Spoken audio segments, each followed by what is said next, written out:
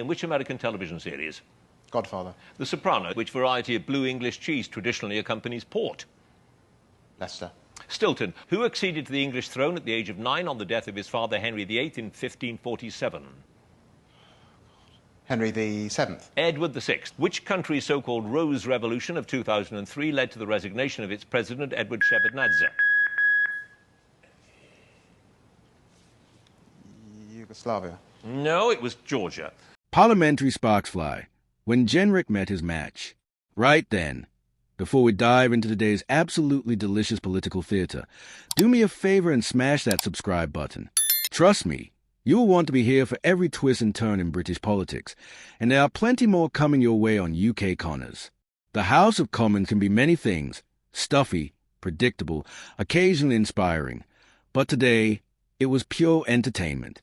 Picture this: two political heavyweights squaring off across the dispatch box, trading barbs with the precision of seasoned duelists, and one of them walking away with his reputation in tatters. This wasn't just another day at Westminster. This was a masterclass in political combat, British style. Robert Jenrick, the Shadow Justice Secretary and leadership hopeful, thought he was being rather clever. Armed with what he believed was devastating ammunition about David Lammy's past mishaps, he strutted into the Commons chamber like a man who had already won the fight. How wrong he was. What followed was not just a political exchange, but a public evisceration that will haunt Jenrick's leadership ambitions for months to come. The stage was set perfectly. Jenrick, desperate to make his mark as he campaigns for the Conservative Party leadership, saw an opportunity to land a killer blow on the Justice Secretary. He'd done his homework, or so he thought. He knew about Lammy's infamous celebrity mastermind appearance in 2009, that car crash of performance where the future Foreign Secretary confused Henry VII with Henry VIII. He knew about the fishing license debacle from last month when Lammy was caught angling with U.S. Vice President J.D. Vance without proper documentation. Surely, armed with these gotcha moments, he could expose Lammy as incompetent and score points for his leadership bid. But here's the thing about political combat in the mother of parliaments. It's not enough to throw punches. You have to be able to take them, dodge them, and counterattack with surgical precision. And David Lammy, for all his past gaffes, proved he's learned a thing or two about parliamentary warfare. Jenrick opened with what he thought was devastating wit. I welcome the Justice Secretary to his place. The only one-in, one-out agreement that is functioning in this government is a position of Deputy Prime Minister. A reference to the revolving door of Deputy Prime Ministers under Labour's watch. Not bad, actually. He was warming up his audience, setting the tone for what he hoped would be a comprehensive dismantling. Then came the fishing license jab. Last month, the country was calling for the Right Honourable Member to be brought to justice following his shocking failure to register a fishing license. Well, he thought he was off the hook, but it turns out it's just deserts for Lammy. Oh, the puns. The theatrical delivery. You could almost see Jenrick preening, waiting for the laugh from the Conservative benches. But it was a mastermind reference that Jenrick really thought would seal the deal. I hope the honourable gentleman is comfortable because I know he had a previous and rather traumatic experience with John Humphreys on Mastermind. The setup was perfect. Remind everyone of Lammy's most embarrassing public moment, then move in for the policy kill about foreign prisoners and deportations. What happened next should be studied in political science courses across the country. Lammy didn't flinch, didn't get defensive, didn't try to explain away his past mistakes. Instead, he went straight for Jenrick's jugular with a response that was both devastating and delivered with a kind of casual brutality that makes Westminster veterans nod in appreciation. I know the honourable gentleman is so good that my predecessor was. He has been promoted, and I know he's auditioning for a different role. Bang! Just like that, Lammy had turned the tables. He wasn't defending himself. He was going on the attack. The message was clear. You're so desperate to score point because you're campaigning for party leader, and everyone knows it. But Lammy wasn't finished. While delivering substantive policy responses about deportation figures, a 14% increase under Labour. Thank you very much. He managed to make Jenrick look both petty and poorly informed. When Jenrick pressed a Henry VIII point again, probably thinking he was being persistent and effective, Lammy delivered the coup de grace, a clinical dissection of Jenrick's legal background and policy knowledge. I have to say that the honourable gentleman is a corporate lawyer, but he needs to get into the specifics. We're changing the sentencing bill so that you can deport people on sentencing and remove them from the country. Get into the detail and look at the bill. This wasn't just a comeback. It was a complete role reversal. Suddenly, it was Jenrick who looked unprepared, Jenrick who seemed more interested in cheap shots and serious policy, Jenrick who appeared to be all style and no substance. The brilliance of Lammy's response lay not just in its content, but in its tone. He didn't sound wounded or defensive. He sounded like a senior minister dealing with an irritating junior colleague who hadn't done his homework. The power dynamic in the chamber shifted palpably. What had started as Jenrick's moment became his humiliation.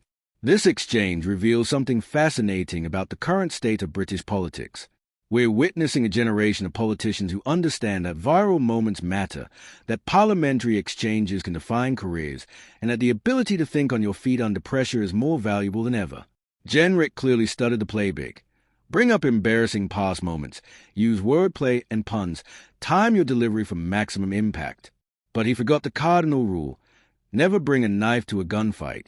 Lammy's experience as Foreign Secretary, his time in government, his understanding of how to use institutional authority, all of this showed. While Jenrick was playing the role of opposition politician trying to land zingers, Lammy was operating as a senior government minister dealing with business. The contrast was stark and damaging for the Conservative leadership hopeful. The policy's substance beneath the theatrical exchanges is equally telling. Jenrick's focus on foreign prisoners and the European Convention on Human Rights is straight from a populist playbook that has dominated Conservative politics since Brexit. It's red meat for the party base, designed to signal toughness on immigration and law and order. But Lammy's response, citing specific statistics and legislative changes, suggested a government that's actually grappling with the complexities of the issue rather than just grandstanding about it. The fishing license controversy, which Jenrick thought was such a killer line, actually backfired spectacularly. By the time Lammy was finished with his response, it looked like exactly what it was: a minor administrative oversight being inflated into a major scandal by an opposition desperate for attack lines. When you're reduced to mocking someone for not having proper fishing documentation, you might want to examine whether you're fighting on the right battlefield. What makes this exchange particularly delicious is the context of Jenrick's leadership campaign. Is positioning himself as a candidate who can take the fight to Labour, who understand how to land political punches, who can revitalize Conservative fortunes through sharper opposition tactics. His performance today suggested otherwise. If you can't handle David Lammy across the dispatch box, how exactly are you going to challenge Keir Starmer at Prime Minister's questions? The Conservative Party leadership contest has been fascinating to watch, partly because it's revealed how many of the candidates are still fighting yesterday's battles. They are preparing for a political environment that no longer exists, using tactics that worked in a different era against different opponents.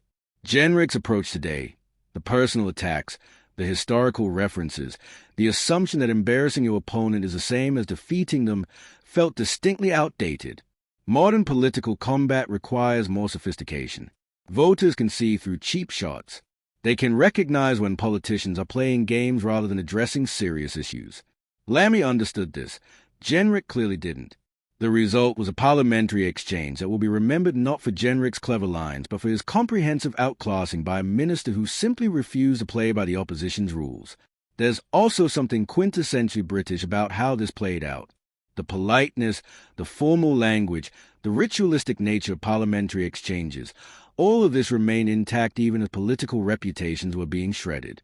I hope the honourable gentleman is comfortable, sounds so civilized, so proper, even as it's being used to set up what Jenrick hoped will be a devastating attack. Similarly, Lammy's responses maintained the facade of parliamentary courtesy while delivering body blows to his opponent's credibility. This is what makes Westminster different from other political systems. The violence is verbal, the weapons are words, and the arena demands a level of intellectual agility that can make or break careers in real time. Today, we saw both outcomes, a career potentially enhanced and another potentially damaged, all in the space of a few parliamentary exchanges. The implications for the Conservative leadership race are significant. Jenrick needed moments like this to establish his credentials as someone who could effectively oppose Labour. Instead, he's provided his rivals with ammunition and given the media a narrative about his political judgment. Leadership campaigns can survive policy disagreements and tactical differences, but they struggle to recover from public humiliation. For Labour, this exchange will be seen as validation of their strategy of putting experienced politicians in key positions. Lammy may have his critics, and his celebrity mastermind performance will never be forgotten, but his handling of today's exchanges showed why Starmer appointed him to one of the great offices of state. Sometimes political experience really does matter. The broader lesson here is about the evolution of political discourse in Britain.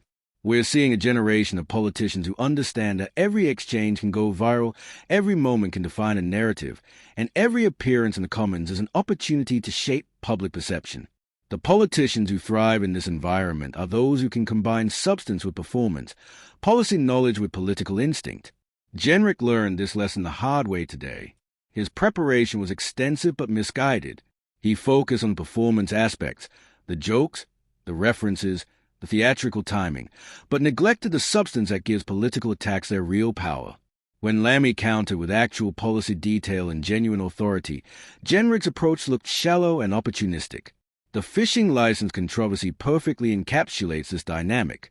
In the old model of political opposition, catching a minister in a minor regulatory violation might have been enough to score points.